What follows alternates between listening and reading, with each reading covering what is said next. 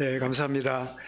우리 반주자나 찬양대가 계속할 때는 가치를 잘 모르다가 잘 못하게 되면 참 빈자리가 커 보이는데 오늘 함께 하나님께 찬양을 돌리게 된 거 감사를 드립니다.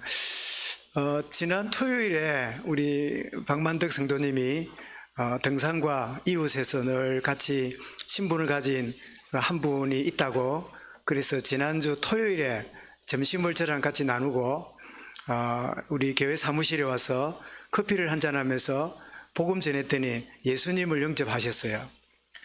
그리고는 월요일부터 금요일까지 해군으로 근무하시다가 정년퇴직하고 지금 군무원으로 월요일부터 금요일 일하시니까 주중에 시간이 안 나잖아요. 그런데 희한하게 우리 매주 수요일 모이던 이 김해지교회가 지난주부터 토요일로 옮겨졌어요. 그래서 마침 토요일 일하시니까 그분이 어제 박만덕 성도님과 함께 같이 지교회를 참석하고 어제 갔다 왔는데 오늘 교회까지 오셨어요. 우리 안노수 우리 성도님인데 그전에 군 생활했으니까 지휘관이 기독교인이면 같이 가보고 의례적으로 가보신지 몰라도 지난주 예수 영접하고 오늘 이렇게 교회로 오셨으니까 말하자면 아버지 집에 오신 겁니다. 정말 이 예배가 일생에 잊을 수 없는 축복의 그런 예배가 될 수 있기 바라고, 예배 마치고 나면 우리 대선배님들이 계십니다. 우리 해군 다 출신들이 기수담 알아보고 그 좋은 그런 만남과 교제가 있으면 좋겠다 생각이 듭니다. 그리고 몇 주 안 보이시길래 이사를 한다 하고 이랬는데 어땠는가 했더니 강현 집사님이 지난주 오셨는데 오늘 같이 예배 참석 중인데요. 그랬더니 이사를 했는데 어디로 이사했냐 물어봤더니 자원동으로 왔대요. 자원동이 어디예요? 교회 동네라. 교회 가까이 오셨구나. 더 자주 보겠구나. 그래서 우리가 한 주 한 주 흘러가는 중에 이런 모양 저런 모양으로 변화가 일어나고 또 이런 것들이 하나님의 응답으로 우리에게 가까이 멀리에서 주어지고 있구나를 우리가 예배하고 교제할 때 그런 것들을 통해서 영광 돌리는 그런 예배가 될 수 있기 바랍니다. 여러분, 가까운 사이의 사람들이 잘 다투지요. 멀리 있는 사람 쳐다보고 까함 지르고 일 안 합니다. 그런데 가까이 있는 사람끼리 잘 다투거나 갈등을 하거나 싸움까지 하는데, 그런데 그 답을 알고 이유를 안다면 우리는 그렇게 싸우거나 그렇게 답답하게 갈등할 필요가 없음을 우리가 알게 돼요. 여러분, 서로 다름을 인정할 줄 안다면 받아줄 수가 있지요. 그죠? 아니, 남편이 이런 습관을 갖고 있고 아내가 저런 습관을 갖고 있는데 이걸 서로 고치려고 하면요, 서로 힘들어요. 그냥 받아주면 돼요. 이럽니다. 왜 당신은 세탁기 안에다가 양말을 던져 넣으면 될 건데 왜 세탁기 입구에다가 두냐고. 이럽니다. 그러면 어쩝니까? 아내는 어디 그러지요? 왜 당신은 그렇게 팔이 잘라? 왜 세탁기 안 넣고 왜 세탁기 앞에다가 두냐고. 한 일을 더 시키냐고. 이러면서 20년 동안 말해도 남편이 안 바뀌어져요. 왜냐니까 남편은 이런 생각이에요. 여보, 나는 방에다가 벗어 놓았는데 장가가고 나서 세탁기 앞에까지 옮기는 거 나 큰 일이다 지금. 나는 어릴 때 그래 안 자랐거든. 우리 어머니가 다 방에 와가지고 양말 벗겨가지고 가져가시고 이랬지. 나는 장가가가지고 겨우 세탁기 앞에까지라도 옮겨야지 하고 나는 잘한다 생각하는데 아내는 그게 늘 불만이라 집어넣지 왜 앞에까지만 가져가네. 여러분, 다름을 인정하면요 갈등이 없어져요. 다름을 인정할 줄 아는 거. 이런 로마서 14장에 보면 1절 2절에 믿음이 연약한 자를 너희가 받되 그의 의견을 비판하지 말라. 어떤 사람은 모든 것을 먹을 만한 믿음이 있고 믿음이 연약한 자는 채소만 먹느니라. 우리가 포럼을 하거나 이렇게 하다 보면 택도 없는 소리를 하는 사람이 있을 수 있지요. 그렇다고 그거를 비난하고 정죄하고 고쳐주려고 막 이래버리면 포럼이 다 깨져버려요. 저분은 저런 영적 상태구나. 저런 각도에서 저런 말 하고 있구나. 있는 그대로 받아주고 기회가 되면 자연스럽게 그 생각이 바뀌도록 돕는 게 필요하지요. 그리고 우리가 이유를 알고 원인을 안다면 자기 주장을 그렇게 할 필요가 없어요. 결국 다툼은 자기 주장을 상대방에게 이해시키려 하다가 그래서 다툼이 생기잖아요. 여러분 야고보 1장 20절 보면 사람이 성내는 것은 하나님의 의를 이루지 못함이라. 막 화를 내고 막 윽박질러서 하나님 뜻이잖아, 하나님이 원하는 게 이거란 말이야.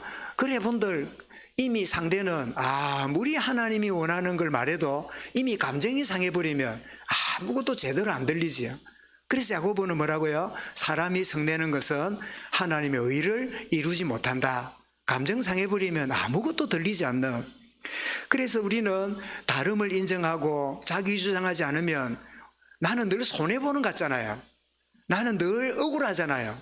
나는 늘 이용당하는 것 같잖아요. 그런데 시간이 지나고 조금 지나면 여러분이 인정받고 긍정적인 일들이 벌어지기 시작합니다. 히브리서 여러분 12장 11절에 당시에는 즐거워 보이지 않고 슬퍼 보이나 후에 그로 말미암아 연단받은 자들은 의와 평강의 열매를 얻느니라.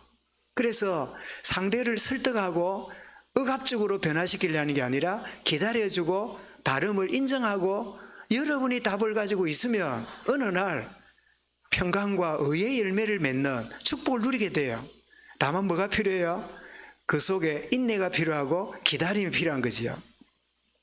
여러분 오늘 본문은 고넬료 가정에 베드로가 이렇게 가서 복음을 전했더니 성령이 임하게 되고 그 온 가정과 친척 친구들이 다 복음 듣고 돌아오는 엄청난 구원의 역사가 일어났잖아요. 자, 베드로가 그 고넬료 가정 가기 전에 보자기 환상을 보고 할렐루야 했습니까? 노했습니까? 노했어요. 하나님 어떻게 부정한 이 짐승을 잡아먹으란 말입니까? 근데 3번이나 똑같은 장면이 나와서 내가 거룩하다고 한 것을 네가 왜 속되다 하느냐? 네 털, 네 기준, 네 갖고 있는 나름대로의 그 어떤 네 경험 내려놓아라. 그래서 성령이 지시하는 대로 가서 말씀을 전했더니 그 놀랍게도 이 고넬료 가정과 그 집안에 엄청난 구원 역사를 보고 이제는 예루살렘으로 돌아올 때 베드로의 마음이 어땠을까요? 벌레 씹음 같을까요? 너무 기쁘고 감격이 일어났을까요? 저를 쳐다보세요. 뭐 저를 이러고 보면 막 보기 싫습니까? 어떻습니까? 벌레 씹은 마음일까요? 감격과 감사가 넘쳐났을까요? 그지? 우리 여러분 그 안 선생님이 이렇게 지난주 영접하고 토요일 날 지교회 참석하고 오늘 예배 참석했다 할 때 여러분 벌레 씹은 같습니까? 기쁩니까? 한 영혼이 돌아올 때 기쁨이 되잖아요. 제 자동차 번호가 이 석자 넉자가 되어서 애우기가 쉽잖아요.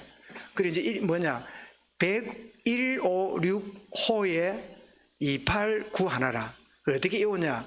누가복음 15장 6절에 보면 156이니까 한 영혼이 주께로 돌아오면 하나님이 기뻐하시느니라. 그래서 이 차는 복음 전하는 차다. 그리고 289원 이러니까 빨리 구원하면 좋겠는데 이게 289원이라. 그래서 우리 진짜 경상도 말로 이빠이 구원이라. 289원. 근데 그래 해석을 했어요. 그래 자동차는 누가복음 15장 6절에 한 영혼이 돌아오는 거 하나님 기뻐하는 차고, 그래서 어떻게 해요? 289원 이빠이 구원을 위한 차다. 그렇게 제가 그리 해석을 했어요. 꿈보다 해석이 좋지요.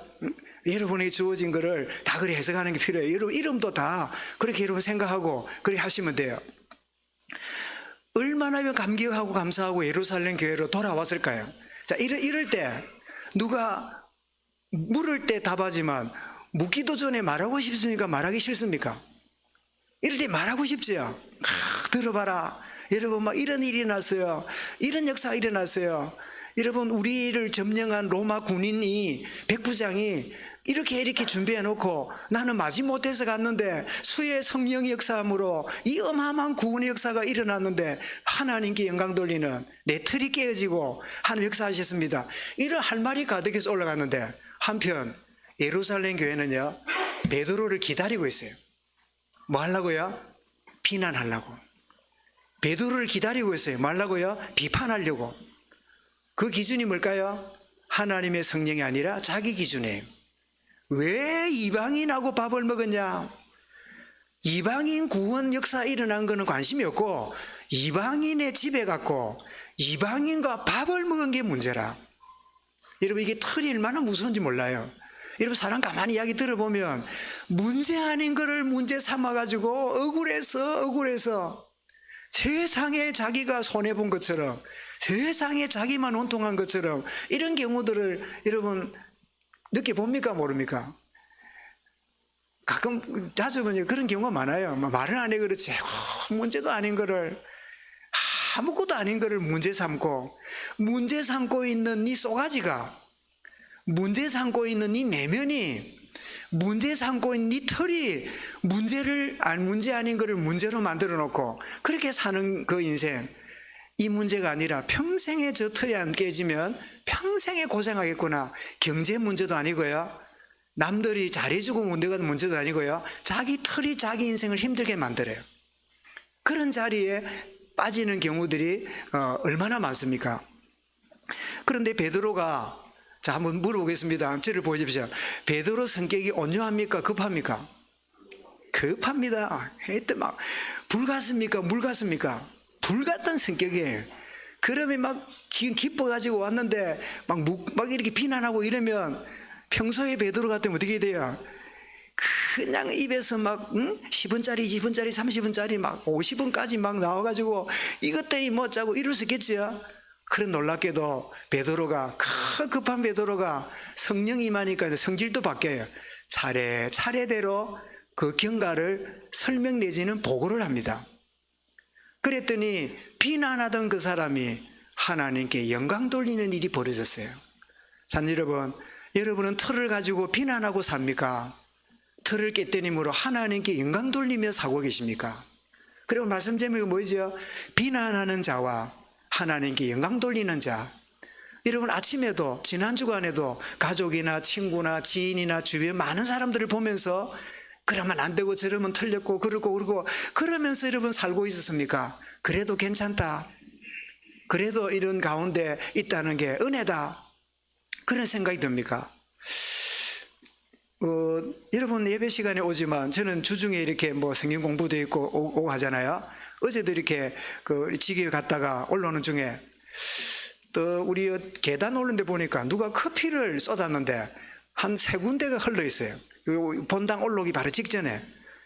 누가 쏟았으면 찔리겠지요. 찔리라고 내가 하는 말이라. 그래서 그 커피를 쏟은 게 이번 주 쏟았겠지요. 글이 있는 거 보니까.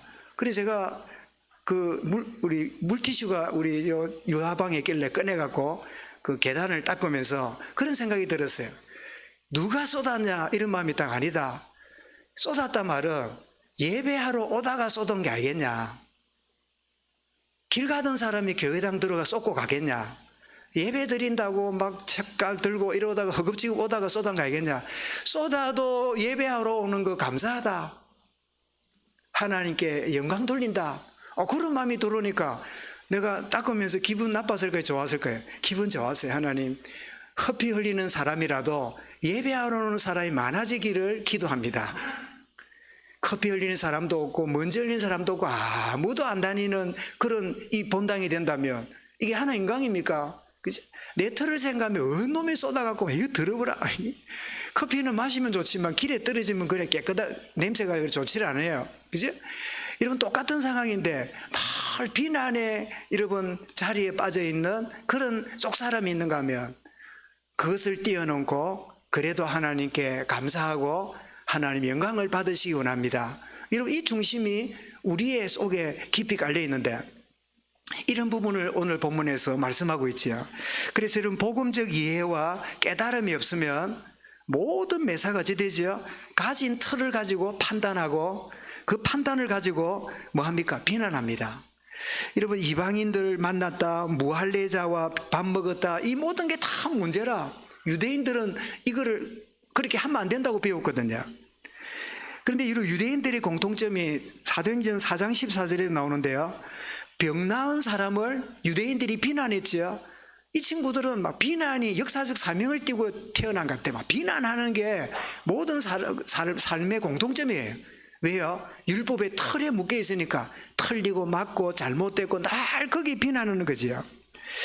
여러분, 비난하고 있는 유대인들을 향하여 이미 성경에서는 이방인 구원과 복음화는 하나님의 계획임을 알려주셨어요. 거기서 대표적인 뭐냐, 역대하 6장 32절 33절에 보면 솔로몬이 성전을 지은 다음에 성전을 짓고 나서 뭐 했습니까? 헌당식을 했잖아요. 하나님께 온전히 헌당하는.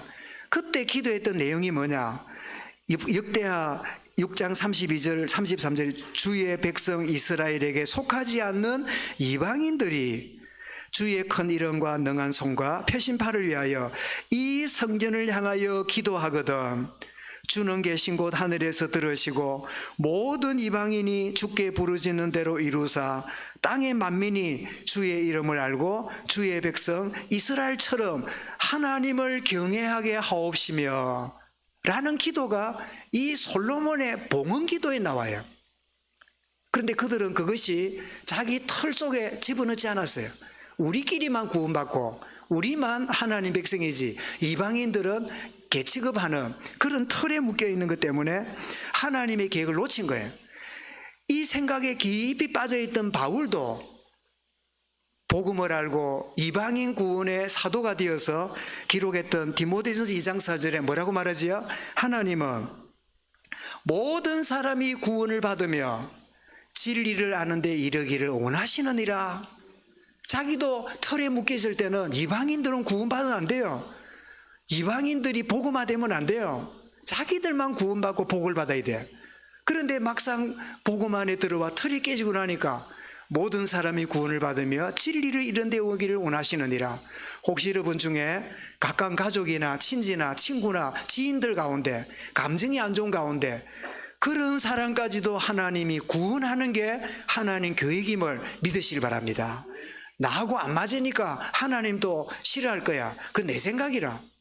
나하고는 안 맞지만 하나님은 저 사람을 위하여 자기 아들을 십자가에 내어 주셨어요. 하나님이 세상을 이처럼 사랑하사 누굴 주었다고요? 독생자를 주셨으니 누구든지 저를 믿는 자는 영생을 멸망치 않고 영생을 얻으리라 하셨잖아요. 그래서 모든 관계가 하나님의 관점이냐 내 털, 내 기준이냐 이게 중요한 것을 보게 되지요. 여러분 성령 하나님만이 우리의 털을 굳은 마음이 영어로 뭐라고요?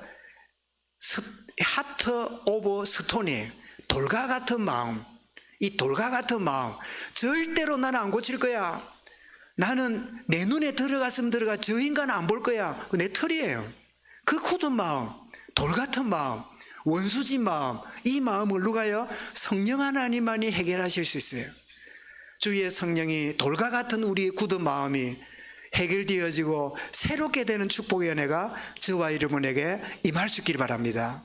에스겔 36장 26절에 뭐라고요? 새 영을 너희 속에 두고 새 마음을 너희 속에 주되 너희 육신에서 굳은 마음을 제거하고 부드러운 마음을 줄 것이며. 그런데 여러분 우리가 비난을 이렇게 받거나 하게 되면 내면이 드러납니다. 여러분 우리가 멀쩡하게 있잖아요. 이래 있는데 누가 막 쌍욕을 하고 이러잖아요. 그러면 저 사람이 틀린 말을 할 수도 있고 바른 말이라도 감정적으로 말할 수 있잖아요. 그렇게 하면 그 말을 듣는 순간에 내 속에 있는 내면이 또 드러납니다. 내면이 드러나요. 어떤 사람은 내게 욕을 하고 억울하게 하는 것보다 더 심각한 내면의 상태가 드러나는 경우가 있어요. 그럼 그게 뭐죠? 그게 하나님 계획이에요. 제가 말씀드렸죠. 제가 지하철에 가면 지하철에 이렇게 글을 써놓은 걸 기다리는 중에 뭐라고 멍청하게 기다립니까? 벽에 붙여놓은 글을 왔다 갔다 하면서 읽어봐요. 읽어보는데 거기 보니까 깨진 종과 맑은 종이라는 글이라고 제가 한철 말씀드렸지요. 맑은 종은 망치가 두드리면 두드릴수록 맑은 소리를 내고 깨진 종은 두드리면 깨진 소리가 난다. 그래서 맑은 종은 망치를 탓하지 않고 깨진 종은 망치를 탓한다. 이런 표현이에요. 나 그거를 보면서 그 사람 복음을 아는지 몰라도 맞다. 저 사람의 문제 때문에 뭐가 드러나요? 내 문제가 드러나요. 그러면 저 사람 문제가 크기 때문에 저 사람만의 문제라 생각하지 내 속에 이런 것들이 자리 잡고 있는가를 파악을 잘 못해요. 왜? 저 사람보다는 내가 나으니까. 저 사람보다는 내가 억울하니까. 그죠? 여러분, 이 내면에 있는 것들이 비난받을 때 나오게 되는데, 여러분, 가진 털이 드러나므로 그래서 갈등과 싸움이 벌어져요. 디도서 3장 9절에 보면 어리석은 변론과 족보 이야기와 분쟁과 율법에 대한 다툼을 피하라. 이것은 무익한 것이요 헛된 것이니라. 디도서 3장 9절에 그렇게 말씀하는데요. 그런데 복음의 자세를 우리가 한번 보십시오. 4절에 보니까 베드로가 어떻게 한다고요?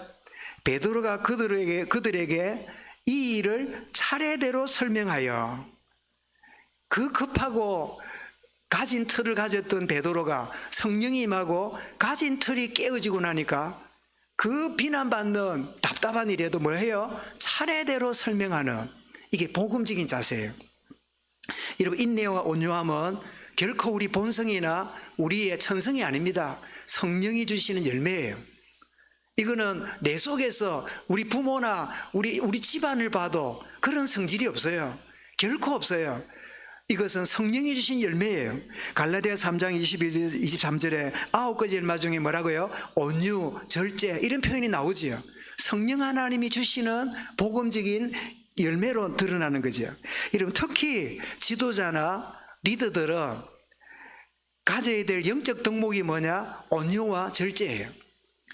그래서 바울이 디모데를 향하여 디모데후서 2장 24절에 이렇게 말합니다. 주의 종은 마땅히 다투지 아니하고 모든 사람에 대하여 온유하며 가르치기를 잘하며 참으며. 그리고 디도에게도 이렇게 말합니다. 디도서 3장이지. 너는 아무도 비방하지 말며 다투지 말며 관용하며 범사의 온유함을 모든 사람에게 나타낼 것을 기억하라. 이럴 때 우리는 이런 딱 우리의 생각이 떠오릅니다. 내가 뭐를 말해줘야 깨달을 거 아닙니까? 내가 뭐를 지적해야 지 잘못을 할 거 아닙니까? 라는 생각이 우리에게 또 한편 딱 자리 잡고 있어요. 어떻게 할까요? 제가 그랬어요. 그런데 어느 시간표 속에 그럴지라도 하나님이 살아계신다. 하나님이 이 상황을 알고 계신다. 하나님은 우리의 작은 신음소리에도 귀를 기울이고 계신다. 내가 설득하고 바꾸고 고치는 것보다 하나님이 역사하면 완벽하다. 한번 따라합시다. 하나님이 역사하면 완벽하고 효율성이 없다. 내가 손대면 뭐예요? 일은 되는 것 같은데 효율성이 커요. 하나님이 역사하시면 뭐예요? 효율성도 없어요. 물어보겠습니다. 하나님 역사하는 걸 선택하겠습니까? 목사님, 그래도 내가 라고 하겠습니까? 1번 하나님이, 2번 그래도 내가. 몇 번을 선택하겠습니까? 1번. 우리 교인씨 1번 했어요? 1번. 예. 교인씨 딱 손까지 들고 1번. 그죠? 내 믿음대로 될지어다. 그죠? 예. 참 중요한 고백이지요. 여러분, 주님도 수많은 비난과 공격을 받으셨어요. 주님만큼 억울하고 답답한 비난받은 분이 없으셨을 거예요. 그죠? 마태의 12장 18절 19절에 그런데 보라, 내가 택한 종 내 마음에 기뻐하는 바 내가 사랑하는 자로다. 내가 내 영을 그에게 줄 터이니 그가 심판을 이방에 알게 하리라. 그러면 19절에 그는 다투지 아니하며 들리지도 아니하리니 아무 길에서 그 소리를 듣지 못하리라. 이미 이사야서에 보면 3절에 이렇게 예언되어 있습니다. 그는 멸시를 받아 사람들에게 버림을 받았으며 강고를 많이 겪었으며 질고를 하는 자라. 마치 사람들이 그에게서 얼굴을 가리는 것 같이 멸시를 당하였고 아무도 그를 기여기지 아니하였도다. 7절에 그가 곤욕을 당하여 괴로울 때에도 그 입을 열지 아니하였으며 도수장 끌려가는 어린 양 같았다. 12절에 그가 자기 영혼을 버려 사망에 이르게 하며 범죄자 중 하나로 해하님을 받았느니라. 그러나 그가 많은 사람의 죄를 담당하며 범죄자를 위하여 기도하였느니라. 우리는 저주하고 비난하는 자가 아니라 뭐죠? 우리는 기도하는 자예요. 여러분, 기도하면 하나님이 간섭합니다. 비난하면 하나님이 한 발 물러납니다. 여러분, 기도함으로 하나님의 간섭을 체험할 수 있기를 바랍니다. 그치? 그래서 이 복음적인 자세로 차례대로 설명한 이 베드로로 말미암아 놀라운 결과를 보게 됩니다. 그게 오늘 뒷부분이죠. 고넬료 가정과 가문 복음하는 하나님의 뜻임을 5절부터 10절까지 설명을 했지요. 그리고 나도 마음에 내키지 않았지만 성령 하나님이 그렇게 원하시니까 순종했는데 그 순종함으로 구원과 이 열매를 맺게 되었다. 그러면서 17절에 뭐라고요? 막을 수 없는 나의 편견과 털과 어떤 것으로도 거부할 수 없는 이 하나님의 역사를 말씀을 이렇게 차례대로 설명했더니 18절에 뭐라고요? 비난하는 사람들이 조용해지면서요, 드디어 그 속에 무슨 일이 벌어져요? 하나님께 영광 돌리는 새로운 일들이 벌어졌어요. 여러분, 이게 바로 교회입니다. 우리의 생각이 있고 기준이 있고 생각마다 막 이런 있고, 이번에 여러분 대통령 선거 결과를 우리가 보면서 참 당선된 분도 큰 부담을 갖게 되고, 또 당선되지 않은 사람도 다음 기회에 있겠네, 내가 이 정도 받았으니까. 희한한 결과를 하나님이 허락하신 것 같아요. 되었다고 자만할 수도 없고 안 됐다고도 낙심하지 않는 묘한 이 결과가 드러났는데, 저도 참 보면서 뭐 이렇게 안철수하고 이 안철수가 철수를 했어요. 그래갖고 뭐 합당을 하고 이러면 많이 올라갈 수도 있지만 가까이 보니까 거꾸로 오히려 막 합당하는 바람에 표가 오히려 다른 데로 가버리는 그런 일이 벌어진 것 같아요. 어쨌든 간에 된 사람도 과제를 갖고 안 된 사람도 희망을 갖는, 그래서 대한민국이 어찌 보면 굉장히 성숙한, 그죠? 막 한쪽으로 안 몰리고 다 그렇게 함께 가자, 더불어 가도록 만드는 그런 때를 하나님 주신 게 아닌가 여겨지는데, 어쨌든 이 비난하던 사람들이 참 하나님께 나오게 되면서 틀에 매여서 묶여있던 사람들이 자유하게 되면 어떻게 된다고요? 새로운 시작과 전무한 응답을 누리게 돼요. 여러분, 저와 여러분의 기준과 틀에서 자유함으로 전에 보지 못했던 전무한 응답을 누리는 주의 은혜가 있기를 축원합니다. 여러분, 그 여호수아 10장 14절에도 여호와께서 사람의 목소리를 들으신 이 같은 날은 전에도 없었고 후에도 없었나니 이는 여호와께서 이스라엘을 위하여 싸우셨습니다. 여러분, 비난하고 비판하고 정죄하고 여러분 그렇게 안 해도 되는 거는 하나님이 아십니다. 하나님이 싸우어 주신다면 나는 빠져 있어도 되잖아, 그죠? 하나님이 간섭하신다면 내가 괜히 열낼 필요 없잖아, 혈압 올라가게. 안 그래요? 여러분, 사람이 이 성질을 잘 내는 사람은요, 이 성격이 급한 사람들을 조심해야 될 거는 혈압이 이렇게 와가지고 핏줄이 터져서 이렇게 생을 끝내는 경우들이 많다 그래요. 그 등줄을 보면 막 빨갛게 줄이 꺼져 있는 그런 경우가 있다 그러죠. 그러니까 여러분, 하나님께 맡겨야 될 일을 내가 막 무슨 막 사명을 가지고 너무 그렇게 할 필요 없어요. 하나님이 하실 일을 하나님이 하시도록. 미안합니다, 하나님 하실 일도 많은데 내일까지. 그런데 하나님 뭐라고요? 너는 내게 맡겨라, 내가 시행하리라 말씀하셨잖아요. 여러분, 결론입니다. 나는 비난하며 사는 털을 가진 사람입니까? 복음으로 털이 끼어짐을 하나님께 영광 돌리며 사는 자입니까? 이런 주어지는 모든 상황을 털을 가지고 보면 민수기 12장 1절에 큰일 났다, 모세가 구수의 여자를 택했는데 모세가 구수의 여자를 택한 것을 아론과 미리암이 비난하기 시작합니다. 아니, 희한하지요. 출애굽기 2장 21절에 이 구수의 여자가 누구지요? 기드온의 제사장이었던 시보라잖아요. 아니, 처음에 결혼한 거 알고 있으면서 또 있다가 왜 멀쩡하게 있다가 모세가 지도자가 되고 백성들을 인도하니까 모든 영향력과 관심이 거리 가니까 질투가 생겼는지 지나간 문제를 가지고 이방 여자 결혼했다고 이러면서 모세를 비난하지요. 이게 뭐지요? 털을 갖고 있는 관점이에요. 그럼 모든 게 갈등이 다 되는 거지요. 민수기 여러분 13장 32절부터는 12명의 정탐꾼이 가나안을 정탐한 다음에 보고가 하는 게 뭘 보고하지요? 이렇게 말합니다. 이스라엘 자손 앞에서 정탐한 땅을 악평하여 그러되 그들은 장대한 자들이요 우리는 스스로 보기에 메뚜기 같도다. 하나님 말씀입니까? 자기 기준입니까? 자기 기준.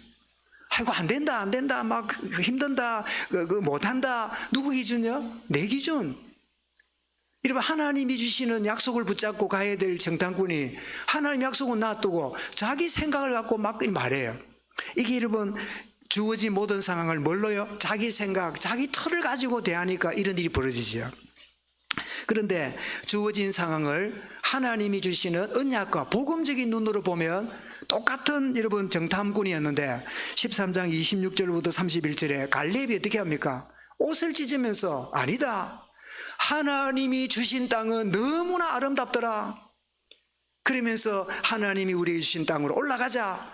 그들은 우리의 뭐라? 밥이라. 자주 말씀드리죠. 여러분 김씨 밥 먹고 합시다 하면 기분 좋습니까? 기분 나쁩니까? 예? 뭐 일하다가 김씨 밥 먹고 합시다 하면 기분 좋아요? 나빠요? 기분 좋잖아요. 우리 밥 먹으러 가자. 기분 나빠요? 기분 더러워요?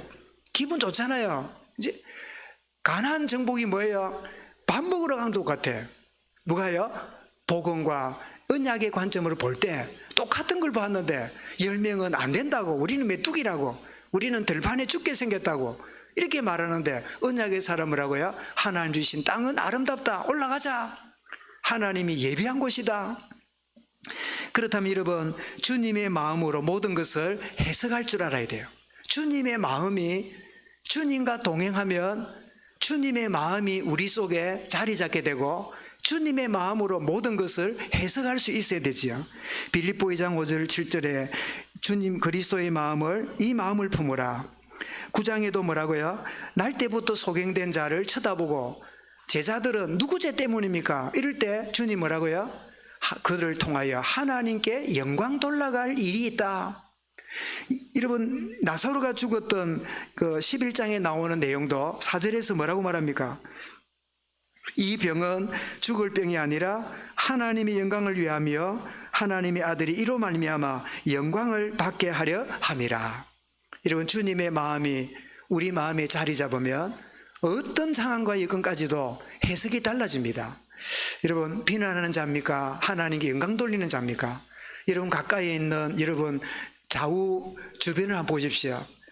여러분들이 있는 이들에게 보는 눈이 비난하는 눈이 아니라 하나님께 영광 돌리는 눈이 되고, 가족들, 여러분 자녀들, 부모, 친지 모든 관계가 비난하라고 주신 대상이 아니라 하나님께 같이 영광 돌리도록 복음의 동력자로 하나님 붙이셨다, 만나게 하셨다, 허락하셨다. 이 사실은 비난하는 틀의 메인자가 아니라 틀이 깨어짐으로 하나님께 영광 돌리는 자유하는 자로 승리하는 이 한 주간 나의 생애 우리 교회와 후대들이 되게 하여 주옵소서. 승리하실 주 이름으로 축원합니다. 감사합니다. 주님, 비난하는 인생이 아니라 하나님의 영광 돌리는 인생으로 저들의 삶을 온전히 쓰여 주시고 사용하여 주시고 그 열매와 결과를 계속 보는 주의 은혜가 충만케 역사하여 주옵소서. 주 예수 그리스도 이름으로 기도드리옵나이다. 아멘. 우리 함께 찬송